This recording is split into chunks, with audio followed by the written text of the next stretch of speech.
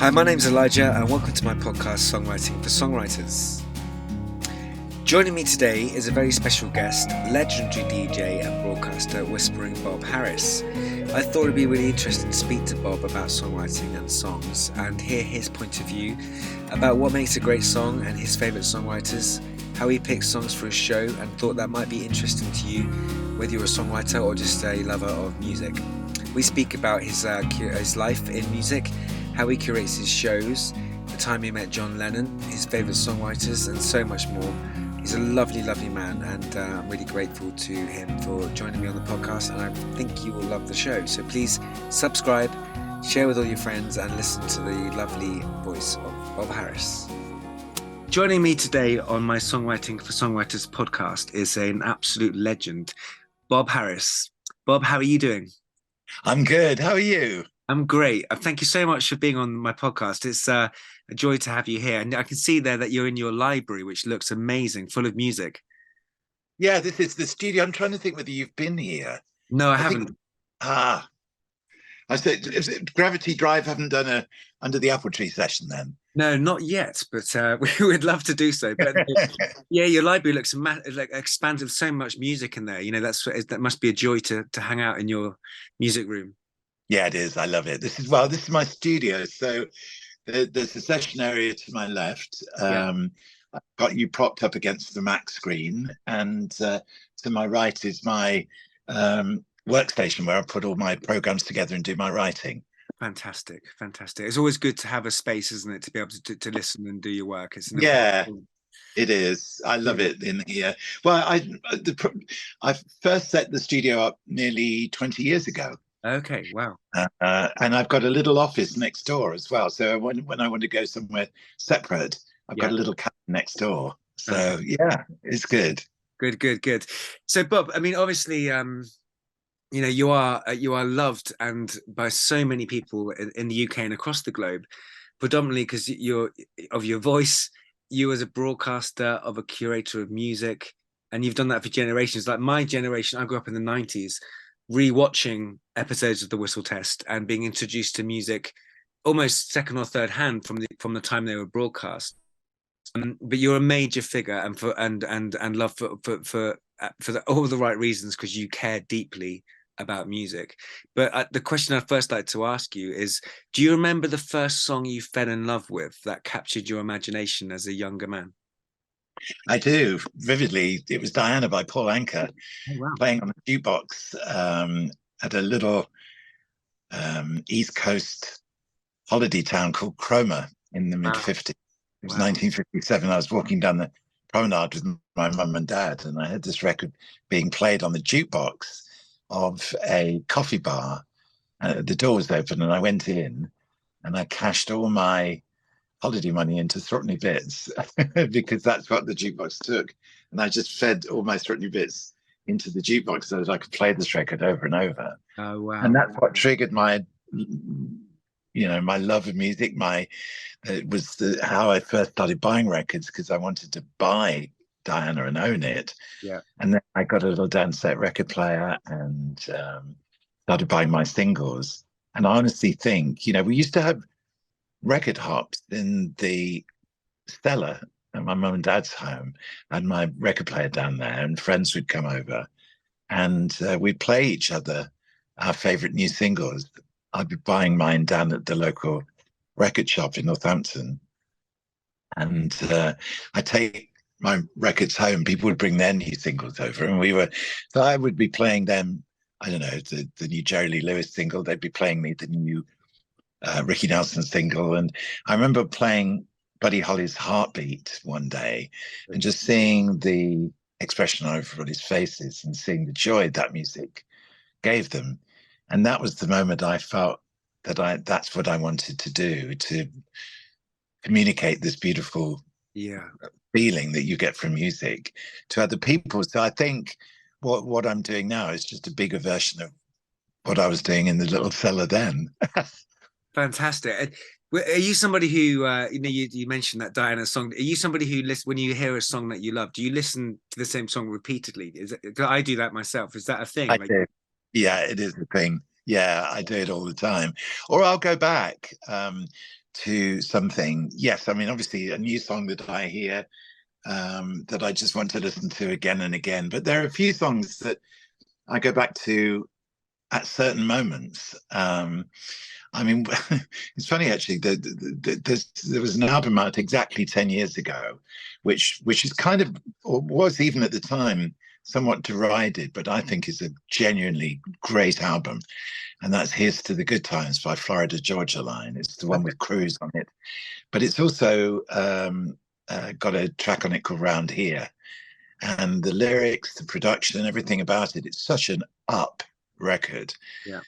And if I feel a bit low or just feel like putting something on to give me a boost, then I'll go back to Florida Georgia Line. That album it's called "Here's to the Good Times," and that's exactly what it is. It's amazing, that, isn't it, music? I mean, I've just in the last 2 days, it's, sort of for whatever reason, for reflective reasons, I've been needing John Lennon and needing, Mind Games and Number Nine Dream, and just needing to be in his world for a second, just to get that John hit, Yeah. that reflective thing. So it's, I appreciate your what you're saying there. That you can go to a song, can't you? You can go to an artist and a song and a record, and it will change your mood and it'll lift you up or allow you to be reflective. And that's the gift that keeps on giving.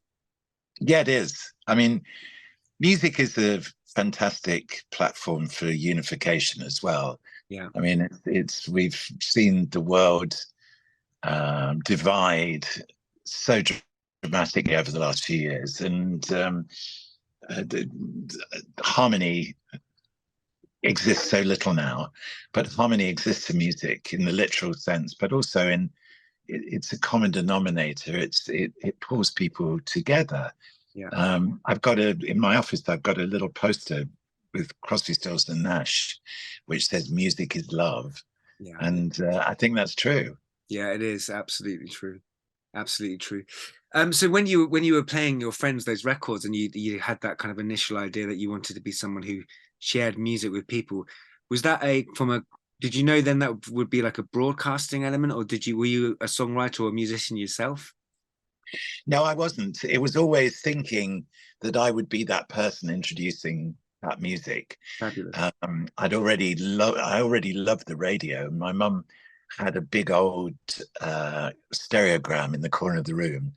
We had radio dials on the front, and even as a 4 or 5 year old, I remember sitting by the side of this beautiful piece of furniture with my mum listening to the radio, the old light program, and the occasional, music program. Obviously, the Goons, Yeah, were big at that moment, but also, I suppose, Pick of the Pops with David Jacobs at the time, and Radio Luxembourg. okay. I really did listen. I was one of those people who had Radio Luxembourg on with the signal phasing in and out, and the DJs and the whole line. I remember stumbling across AFN at one point, the American Forces Network, Wow. and just being absolutely blown away by the pace and the sound of the music and everything. So yeah, radio. And so I got a little Grundig tape machine and started recording very basic programs, chart programs, onto this Grundig tape machine. I could do it once I graduated onto an auto change record player. I could talk up to, I could watch the single would drop down the spindle onto the turntable, and the arm would come across and the needle would go into the vinyl, and I could talk up to the moment that the music started.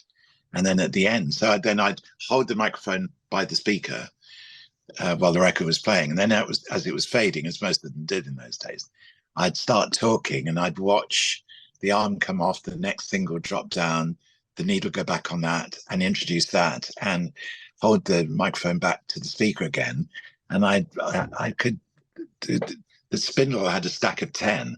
So I could do a program that lasted 10 records. Amazing. And I used to record them onto reel to reel. And my years later, my mum threatened to send some of these programs. In the punk era, she threatened to send them to NME. Yeah. So.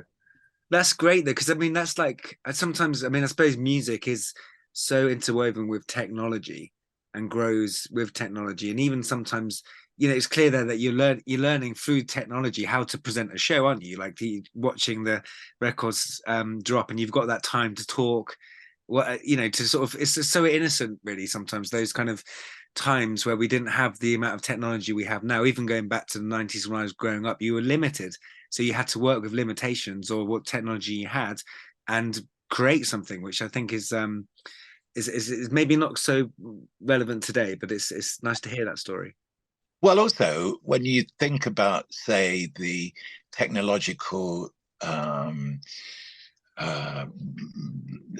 limitations that existed, say, somewhere like Abbey Road, Yeah, where when the Beatles were recording there, yeah, that they were stretching the existing technology to the absolute limit of what it could do. yeah, yeah, And, they had a great translator in Sir George Martin, yeah, but they were using reel to reel analog technology.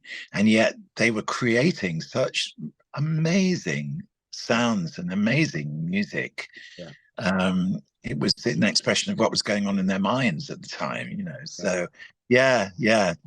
But I mean, music has always been governed by technology, hasn't it? It's yeah, always, well, it's always reflected the technology of its time. I mean, that's happening now, yeah, yeah, yeah, yeah, absolutely. You're somebody who in the age of, I don't know, in the age of like the presenter, maybe like at the moment, and there's a lot of presenters. And from my own ears and judgment, there's been some change in the last 5 or 6 years with DJs and maybe how things are curated onto radio. But you're somebody who I believe when your show's on, we know there's quality. We know there's going to be someone who's listened to music. We like yourself and Janice Long, other DJs, that music is absolutely the fundamental reason why that DJ is on the show. And so, what's really interesting to me is what are you looking for when you hear a new song, particularly from like a new artist or maybe an independent artist, someone who's less established? What gets your ear, and what are you looking for as a DJ? Well, I suppose the first primary thing is the song, whether I like the song. I mean, nowadays you don't even necessarily, it isn't necessarily a song. It could be a sound or it could be a chord sequence. But in my case, it begins with the song. How good is the song? What is the song saying? How is that song then interpreted? It's one of the main reasons I love country music so much, because country music is about the song. Yeah. That lovely sort of phrase that country music uses to describe itself, three chords and the truth. I think that I go with that. See, I think that's a very valid description of what country music is. It's three chords, there's simplicity to it, it gets straight to the point. Three chords and the truth. The truth is at its best, country music is telling the stories of the lives of the people who listen to it. So yeah, that's a big strong, the song, it begins with the song as far as I'm concerned. Yeah, yeah, yeah, yeah. And so we're going back into, obviously, it's what kind of advice, if you have any, would you give a songwriter in trying to get a song onto radio? How do you and your producer and team select a song? What do you decide? Obviously, there's your love of the song, but there is a process, isn't there? And I suppose I'm talking here to lots of songwriters on this podcast. Like, what is that process, and how do you kind of select to play one song over another? Well, we reach an element of subjectivity here now. Obviously, I mean, I'm the Mark Hagan and I work together as a brilliant team. Mark produces the program in the sense that he administrates all the elements of the program. Yeah. So he'll be booking the session, making sure the studio is okay, making sure that everything's organized. When it comes to choosing the music, I'm the one with the pen in my hand, if you like. Yeah. And there are several things that govern that. I mean, with country, unfortunately, I've only got an hour a week. It's really, you're trying to cram several gallons into a pint pot here. But the first thing is that the program's been identified by a lot of our friends and a lot of the big stars in Nashville as being somewhere to aim a brand new record towards. Yeah. So we get offered a lot of exclusives now from the really big stars. I mean, I'm talking Luke Combs will be in touch, or you know, and say, I've got a new track coming out. I'd love you to play it first. Quite often now we're finding even that the release schedule, artists are putting out records at 12 midnight on a Thursday night to give me the first play literally a couple of hours before the record comes out, or the track drops on digital. Fabulous. So obviously if Luke Combs is sending me an exclusive, that's going to go in. And if we've got 2 or 3 in a week and maybe a couple of session tracks, well, there we are, there's 4 or 5 tracks already. So by now I put those in and I look at them and listen to them, and already I'm beginning to get some sense of balance, what the balance of this show is going to be. So let's say, for example, all of these tracks that I've programmed so far are male, by male artists. Then immediately I'm going to start to look for female artists. I may go through some anniversary research to see what was #1 in the American charts this week. I usually go 5, 10, 15, 20, but not always. So 2018, particularly if it's a great record by female artists that's got a bit of tempo to it, I'm likely to probably start the show with that then, in that case. And my second record in is always, you can check it on every show I do. It's a song that says, welcome, come on in. The lyrics are literally encouraging you to do that. You know, we're going to have a great evening. We've got the songs, listen to the radio, whatever that message is, you know, you put it all together, and that's my second song. Great. So it's not, then I do the menu for the show. And it's the third song that we're beginning now to get into the meat of the program. And certainly in the mid section, probably from, I don't know, 25 past 9 to about 9:45, there's the meat. And then as we come back out, I'm beginning to build towards Trevor Nelson, who's coming next and putting tempo in. And so there's a sweep. There's what I call a flow through. And I'm choosing literally track by track, because as I put this next track in, the chances are, you know, it's something new, but it'll trigger a memory of something I've heard a little while ago, or an oldie that I can make a segue with. And so it's quite, it's an art, you know, it's a very creative process, and it's a process that I absolutely love. And does that exist? Are you doing that through the week as you're thinking about the show? Are you sort of thinking about the kind of curating each show? Well, Mark will send on Friday. He sends me what we call in play. And it's links to all the really hot new records in America, or things that we've been sent, or exclusives that, or, you know, names of people who are touring. In play is quite an important factor in my building, because once I've got that in my hands, even from that, I can pick off 3 or 4 tracks instantly to start building around, you know, those exclusives or those sessions. And I love having something to build out from, because as I say, once something goes down on the paper, then you've got a sense of tempo, you know, because maybe the tracks that I'm looking at so far are quite slow. So then it needs an injection of more tempo around them. Female, then style. You know, we haven't got any bluegrass in this week, or we haven't got any old time in this week, or there's no really vintage country in this week, let's say. So I'm looking to weave those other elements into that show as well.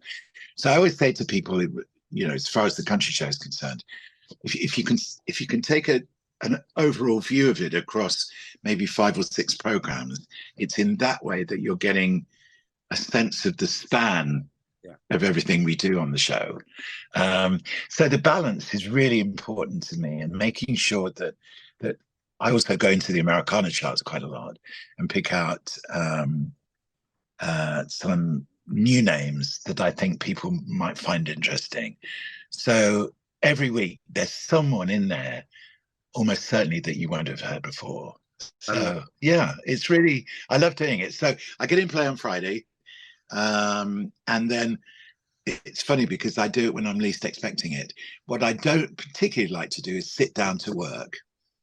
I like to let the moment arrive when I'm in the garden or something. I suddenly get an idea, Yeah. and then I'll come down to the studio, and then I'll be here all day.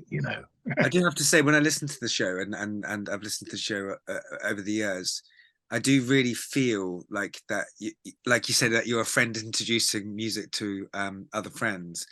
That often it's just such a joy that you've thought about the records and how they link and the segues, and like, you take.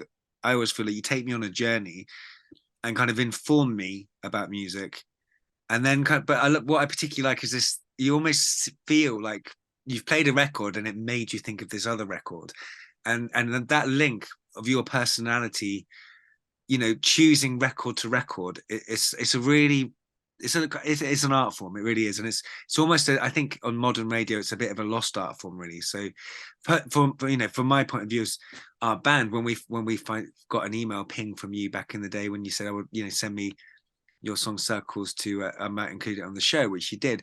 It was such a blessing to kind of, because of that, because you're a respected broadcaster who curates from a love of music. Getting your support was, such a big thing for us to kind of believe in ourselves and the impact it had, and for many other people that I know that you've given your kind of stamp of approval and blessing. But Bob, who are your favorite songwriters? I know it's a hard question, but who would you name as your favorite songwriters? I love Beth Nielsen Chapman. It's great.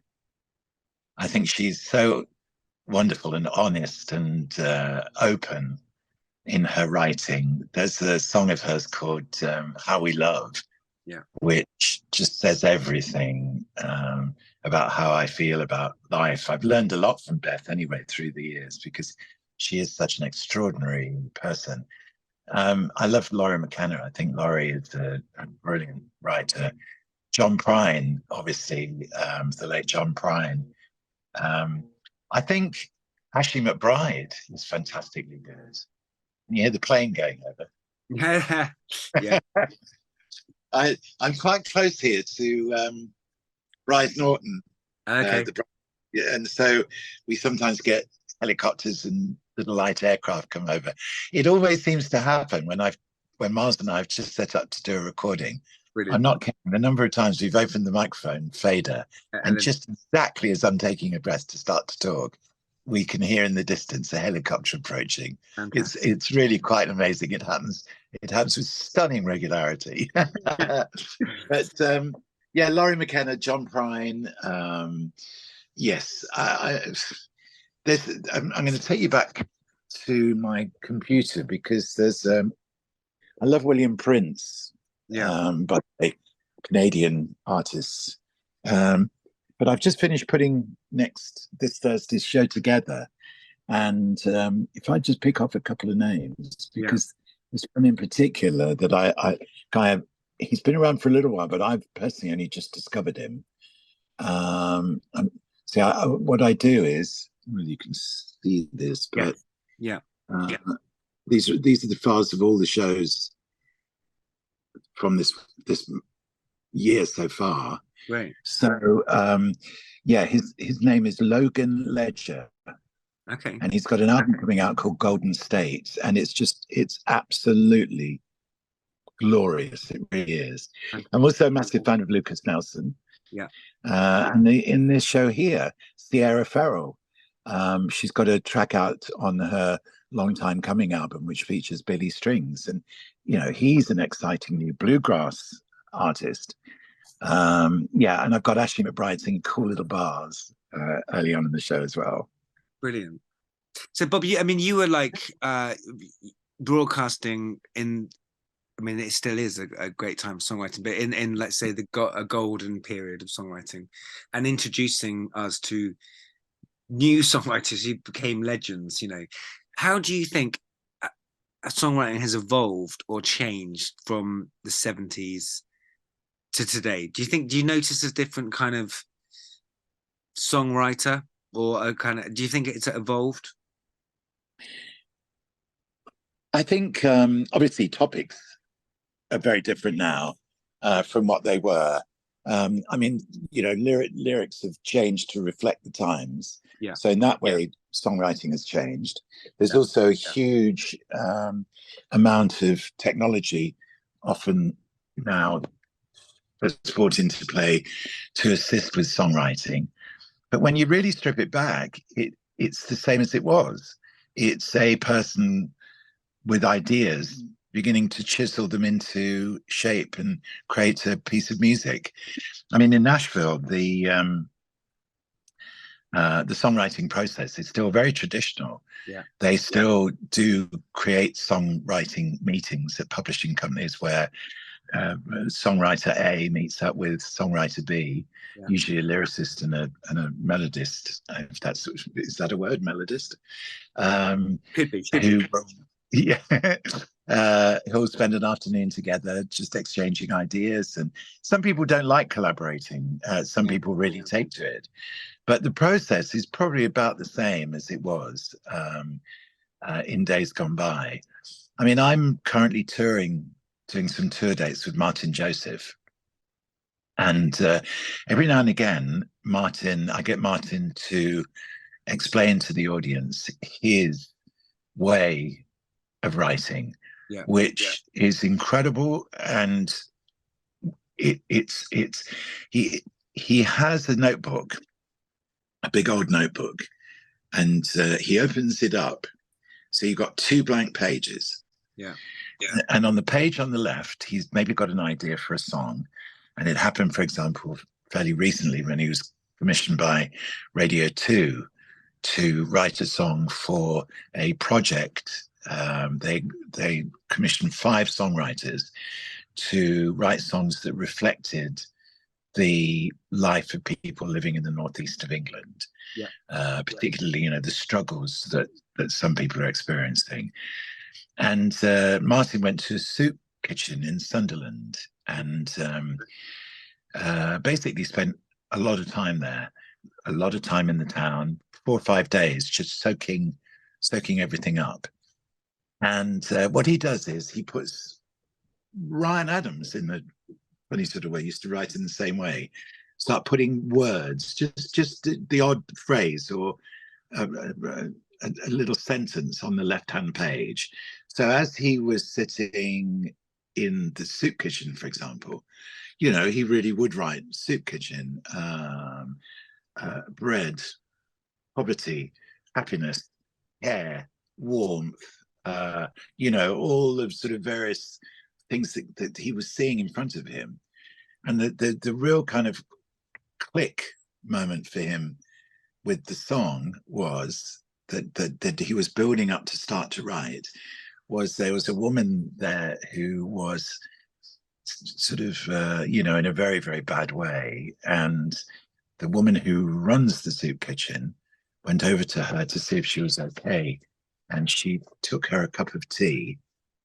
And the woman who was in such a bad way said, "Oh, you've brought me a cup of love." And Martin thought that was such a beautiful phrase, and that immediately, right, that's not just going to stay on the left-hand page, that goes across onto the right. So "cup of love" was one of the first things that started filling the and he'll look, even say in a local library, he'll just go in there and go along the spines of the books and suddenly see a title that triggers him in some way.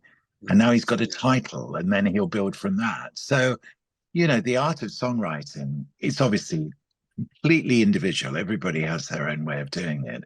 But I don't think that the actual process of songwriting is going to change. I think the way, you know, Martin being that beautiful craftsperson that he is, it'll always be along the lines of the way that Martin works. That's how songs are written. Fantastic. I mean, one of the joys of making this podcast is, you know, putting songwriting, deep diving songwriting, and the process you've just spoken there about Martin's. It's so brilliant to hear as a songwriter, because each episode I'm finding out more about how, you know, we had Beth Nielsen Chapman on a couple of weeks ago, Ron Sexsmith, Scott Matthews, Catherine Williams, and each person has a slightly different way of doing things, but there's some similarities too. So one of my questions I'd love to ask you, you've hung around with so many songwriters, from huge stars like Elton John, Robert Plant, to people that are in the country genre, all sorts. Do you think there's a like common thread or a common kind of way of being or characteristic that you can spot as an observer of songwriters? Do you think there's a sort of, or they're all different people, or do you think there's a commonality? I think the commonality comes with great songwriters, that they're writing from the heart. You know, they're prepared to kind of expose the inner workings of their soul. Yeah. That they're unabashed and unapologetic about doing that. That there's a sincerity and a reality to their writing, that they're not kind of making it up because that word rhymes with that word. You know, it really is coming from somewhere much, much deeper than that. I don't know whether you've chatted with Martin, but I mean, you know, he would be a fantastic subject for your podcast, Elijah. He really would. I think his way and you know, his depth of sincerity is just phenomenal. Yeah. And he backs that up, of course, with his charity, the Help Yourself Trust, where Let Yourself Trust, rather, where he takes on projects one every 6 months and raises money for soup kitchens, or for a classroom in Palestine, or, you know, for a centre in Edinburgh, or whatever it is. And so the songwriting and Martin's sincerity and passion are completely intertwined. And I think when you find that, like with Beth, you know, Robert always said you can always tell when somebody really means it. And I think that's the key to great songwriting, you know, when you really mean it. Yeah, there is a difference, isn't there? You can hear it. It's some records and songs just arrive and they are bang, there they are. How did you pick and curate bands for the Whistle Test then? Was that a similar way that you kind of pick the songs for the country show? No, that was, to start with anyway, that was very, very different, because when I first started on Radio 1, my first 4 shows were sitting in for John Peel, actually, in August 1970. And my producer, Jeff Griffin, who's in his 80s now, Jeff, I saw him a little while ago, actually. He said to me, you bring in all your music, because this is your chance now to express yourself in that way. And I'll teach you how to put a program together. Great. So when I was describing earlier the way that I program build, so much of what the way that I create the framework for the music in the show, I learned in those early days from Jeff. You know, it's funny because nowadays, but it's true. Jeff always said to me, right, start the program with something bright and familiar. Because then you'll hook somebody in, you know, you'll hook people in. So I always do. I always start with something bright and familiar. Right. That second song of mine is always the one that says, right, hi, come on in, you know. So it was a wonderful time, those early days in the BBC at the time, because you did have that kind of freedom. And once I established myself at the BBC, on radio at least, there was an understanding that I'd established I was able to build my own shows, and they gave me the space to do that. So when I went across to Whistle Test, I expected that that's what my role would be. Sure. And of course, I immediately, Mike Appleton, who's the producer of the program and founder, put me right immediately. No, you are the presenter of the show. Right. And the criteria at the time was that he wanted a broadcaster who could, or a journalist who could broadcast. So in other words, writing was an equally important part of your role as a presenter. So writer, researcher, all the presentation of the program was delegated to me. Wow. all the choice of music was Mike. And Okay. to start with, I found that really difficult, Yeah. quite honest. You know, um, it I think back over it now, and I think Mike was absolutely amazing to stick with me because I wasn't being the easiest person Okay. because I would, but gradually we built up a friendship and then we built up a trust. And then he would begin to listen. I would be out seeing bands. I'd see a band at the Marquee or something a couple of nights before and say, I've seen this incredible band. I've heard this track on this amazing album. I'll bring it in and I'll play it to you because I was getting a lot of imports and stuff. So I became the program's kind of eyes and ears out on the ground, as it were. Great. And then slowly, Mike and I then neither was in charge. Well, as producer, Mike was the boss, but neither of us we were absolutely on an equal footing.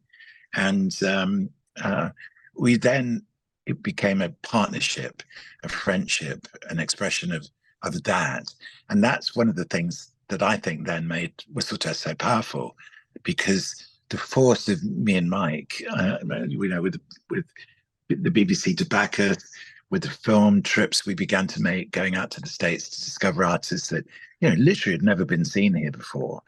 By the time we got to the mid-70s, the program really did have a power to it. And that was a lot to do with the fact that Mike and I had now forged a partnership, which was a really strong bond. Yeah. So that was amazing. It was amazing the way that process took place. And I think, as I say, a lot of it was to do with Mike not running out of patience with me and sticking with me, which he did.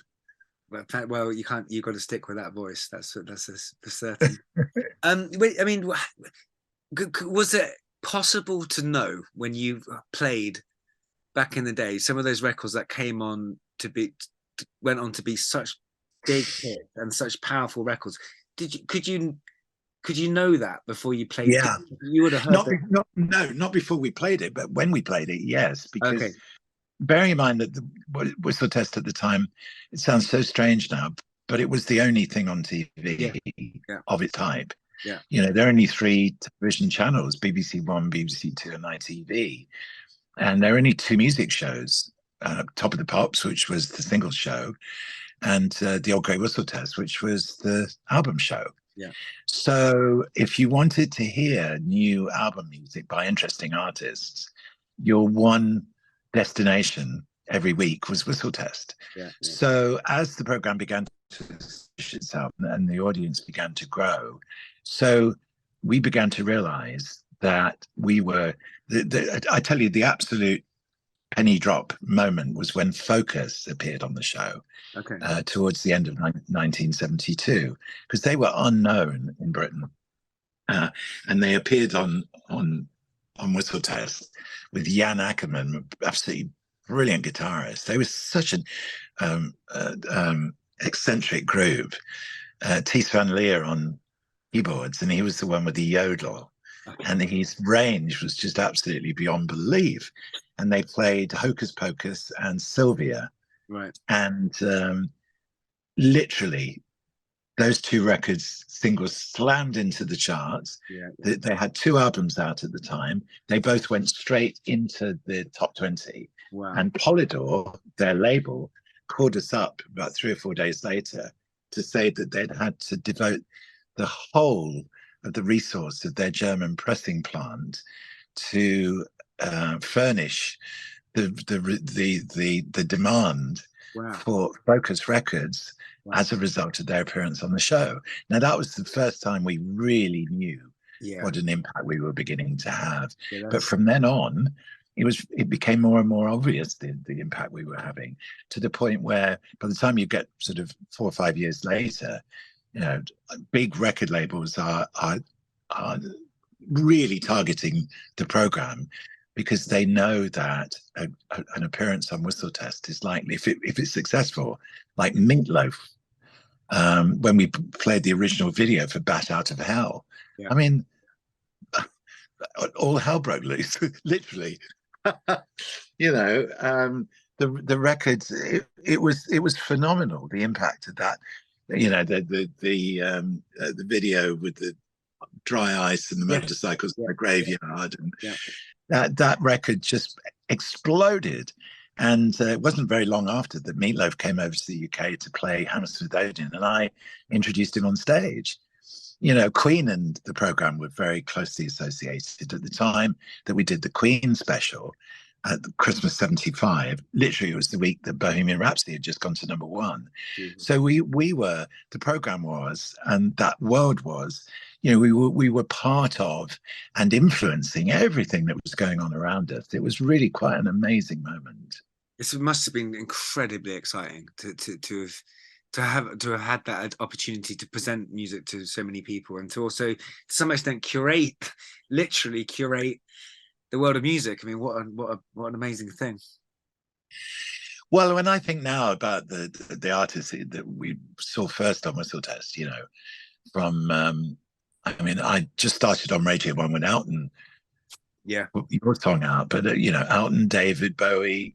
Then, as we got deeper into my time on the program, it really was, you know, the Eagles, Jackson Browne, Steely Dan, Little Feat, Bonnie Raitt. I mean, that West Coast sound Yeah. was Joni Mitchell. It was made for Whistle Test and vice versa. Yeah. And we used to spend a lot of time out in Los Angeles. I mean, we really did. Funnily enough, over the last couple of days, I've just been writing a profile on Brian Wilson. Wow. And it's given me a chance in my head to revisit LA in the '70s, because I did a couple of big interviews with Brian in '74 and '76 in Bel Air, and you know, Sunset Strip, the sunshine, the beaches, the culture. It was the music, the radio stations. It was phenomenal. And there was a station, because LA has always been, it's always had the boss jocks. You know, I remember not being there in the '60s, but hearing about this amazing station there called 93 KHJ, Yeah. which, you know, you could probably make out a case for being the biggest radio station in the world at that point.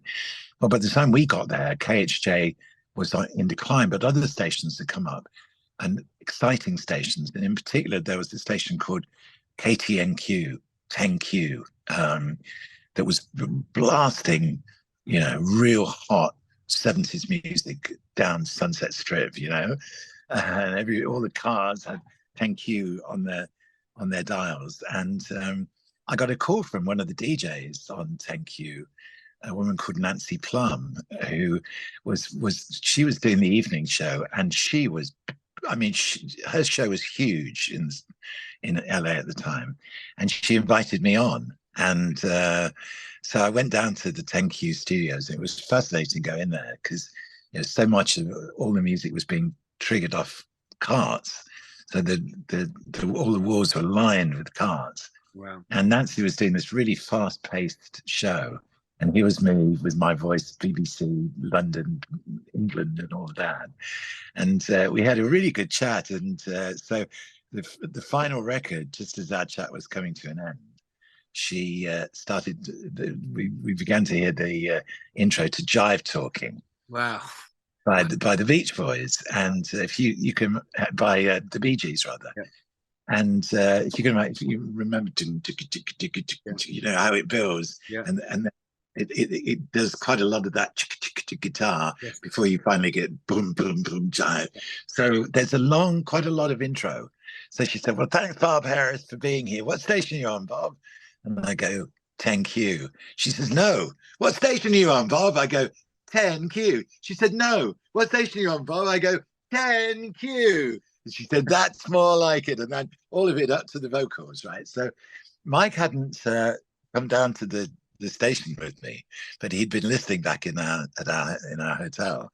So I suppose I got back to the hotel about 10:30, 11 o'clock after being on Nancy's show. And I walked in and I said, "So did you hear it then, Mike?" He said, "Yes, I did." I said, "What did you think?" He looked at me, he said, "Seduced by the media." But I've always remembered that. But a little while ago on Instagram, I got a DM from Nancy Plum. Wow. And she said, "Do you remember me? Wow. Do you remember that night you came into my show?" And of course, I go, yeah, do I? It was one of the highlights of my entire time on the West Coast, you Fantastic. know. Yeah. So, yeah, I mean, it really was an amazing time. I was thinking actually, Ava and I were listening to Drive Talking the other day. Actually, and funnily enough, it came on, and I thought, do you know that's quite a country song when you think about it? Like it's got that disco element, but hearing it for the first time in a while, I was like, it sounds kind of countryish. Just to put that out there for you. Well, I mean, the Bee Gees as a production unit as well, in addition to their own incredible track record. Again, I stopped off at Criteria Sound a couple of times and spent time with them in Miami, which was absolutely amazing. Well, their after Spirits having flown, which was the sort of big follow-up to Saturday Night Fever, they then started working, didn't they, with producing other artists. And in fact, they saved a whole load of careers that at that point were in jeopardy. Barbara Streisand, Yeah, Dionne Warwick, and of course Dolly Parton and Kenny Rogers. yeah, yeah, Islands in the Stream. yeah. Yeah, yeah, Truly remarkable yeah. creators. So, Bob, a couple more questions, if you don't mind. One of the I'm a huge Beatles fan, and I went on your website the other day, and you are as well, because I believe the Beatles are the most played band on your shows from your archives, and that I managed to find that information. And you had a one of John's greatest interviews. I think you spoke to John Lennon, and what were your thoughts of meeting John in that interview, and him as a songwriter? Oh gosh, well, where do you start now? I mean, there is the definitive honest writer, bearing your heart writer. John didn't leave anything out on the pitch, did he? He gave everything, and that's how I felt about him before I met him. How incredibly wholehearted he was about every single thing he did. Yeah, even going back to the middle of Beatlemania and Help. Yeah, Help was real. Yeah, That's what he meant. That yeah. Song, Help. I need somebody. Help, not just anybody. Yeah. When I was young and so much younger than today, it was. I never needed anybody in any way, but now at times I'm not so. I need you now more than I ever have done before. Yeah. I can't remember the exact lyrics now, but it's really, when you listen to the lyrics of Help or see them written down, God, they're really moving. And what was going on in John's head at that time? Well, Cynthia, his wife Cynthia, had been always a long time friend of mine, right up to when she passed away. And I don't know, I just felt very connected to John before I even met him. Yeah. And when I did meet him, meeting completely transcended any idea that he was John Lennon and I was this guy from Whistletest who'd flown over from London to interview him at the BBC. We immediately just got on as two guys. We really did. Right. He felt very comfortable with me. I just loved him. I thought he was fantastic. And we settled down into that. It was, there was no, I didn't feel nerves, or we spent a day or two with him beforehand. And he and Yoko had just discovered that she was pregnant with Sean. So he was so happy and so relaxed. He got the lost weekend out of his system. Yeah. And he was ready to settle. He was ready to talk, and he was being completely honest and open. And you look at that interview, and what did it? It's one camera on John. Yeah. And it comes in at him every now and again and comes back out again. But basically, that's it. Yeah. So you're seeing that person. Yeah. You're really getting to know them in a relatively short period of time. And I think that I remember Paul Gambaccini saying to me a few years ago that he thinks it's the best interview John ever did because he was so relaxed. I agree. And we were able to touch on topics that a lot of other people had approached with John, but which he wasn't willing to talk about, but he was with me. Yeah. So it was two guys who became instant best friends, and then that was it. It was amazing.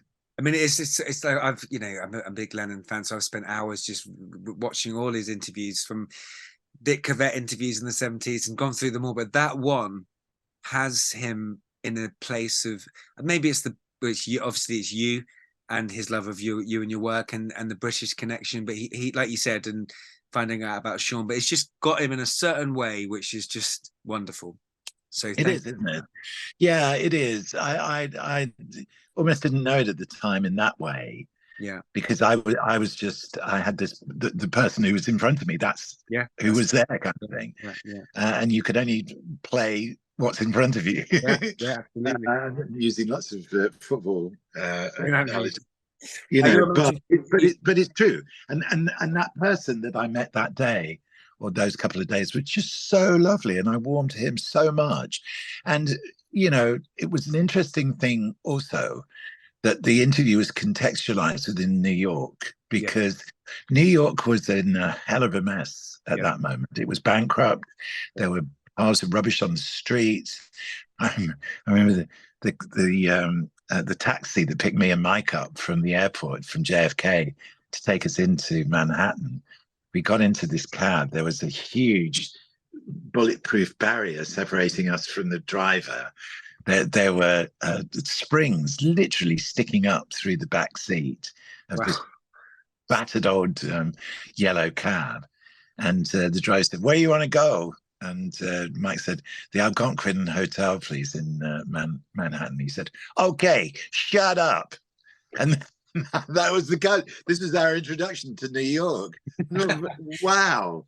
Well, So you had this feeling, it felt very tense on the street. yeah, yeah, Right at the beginning of the conversation, I wanted to find out how John felt about being in New York. mm. As it happened, that question turned out, now I think about it, I hadn't thought of this before, but now I think it turned out to be quite prophetic, because, obviously John got shot on the street Yeah, outside his apartment in New York. But there was a tension to it in those days, which I found really took me by surprise. And particularly having spent quite a lot of time previously in LA, which was so sunny, and yeah, all the brown skinned girls and the beach and the cars and the sunshine and the music. And then you get to New York and it felt like Armageddon by comparison. yeah, And yeah, yeah. But it was, but it was interesting, because each time I went back to LA, I liked LA slightly less, which is not to say I didn't still love it, because I did. But okay, each time I went back to New York, I liked it more and more. interesting. And then I got New York, I just got it. And suddenly now New York has taken over from LA in my affection. I mean, I was very lucky, and still am actually, with Whistle Test. The show took me to New Orleans and to Miami and to San Francisco, New York, LA, all the major music centers at the time. And then, of course, once I started doing the country show, country took me to Nashville. Yeah, And Nashville is the best place I've ever been in my life. So, you know. fantastic. I've actually just started reading Peter Doggett's book, actually, about the Beatles, kind of post split, and it just went through that whole with Beatles' reaction to hearing about John's passing. So it's quite coincidental there to be talking about the same thing in New York and John. Bob, I'm going to thank you for your time, and thank you for your service to music. Thank you for helping my band out, the Gravity Drive. And I'd like to finish the interview with one question, which would be this. I ask each songwriter if they could have written a song by somebody else, who would they have, what song would they have liked to have written? But I'd like to ask you, if you could invite any guest on a show to have a session with and have a chat with, dead or alive, if you were to do a show tomorrow, who would that guest be, and why would you pick them? Oh my goodness. Okay, well, I could answer the first question immediately by saying "Stand by Me" would be my song. Classic. And I suppose, I think I've forged a really strong friendship with Lucas Nelson. Yeah. I mean, Lucas is at the forefront now of all the rescue operations on the island of Maui. He has their house there. But as a musician and as a person, and the lineage. Obviously, you know, he's so proud of his dad, Yeah. Willie Nelson. Yeah. Yeah. They're on stage together side by side a lot. Yeah. And I think the stories, the life, just you know, Lucas just has music coming out of him the whole time, and so yeah, I would say Lucas Nelson. What a fantastic answer. Bob, thank you so much, my friend, for being with us today and for sharing Well, your time. thank And you. It was good. thank you, Bob.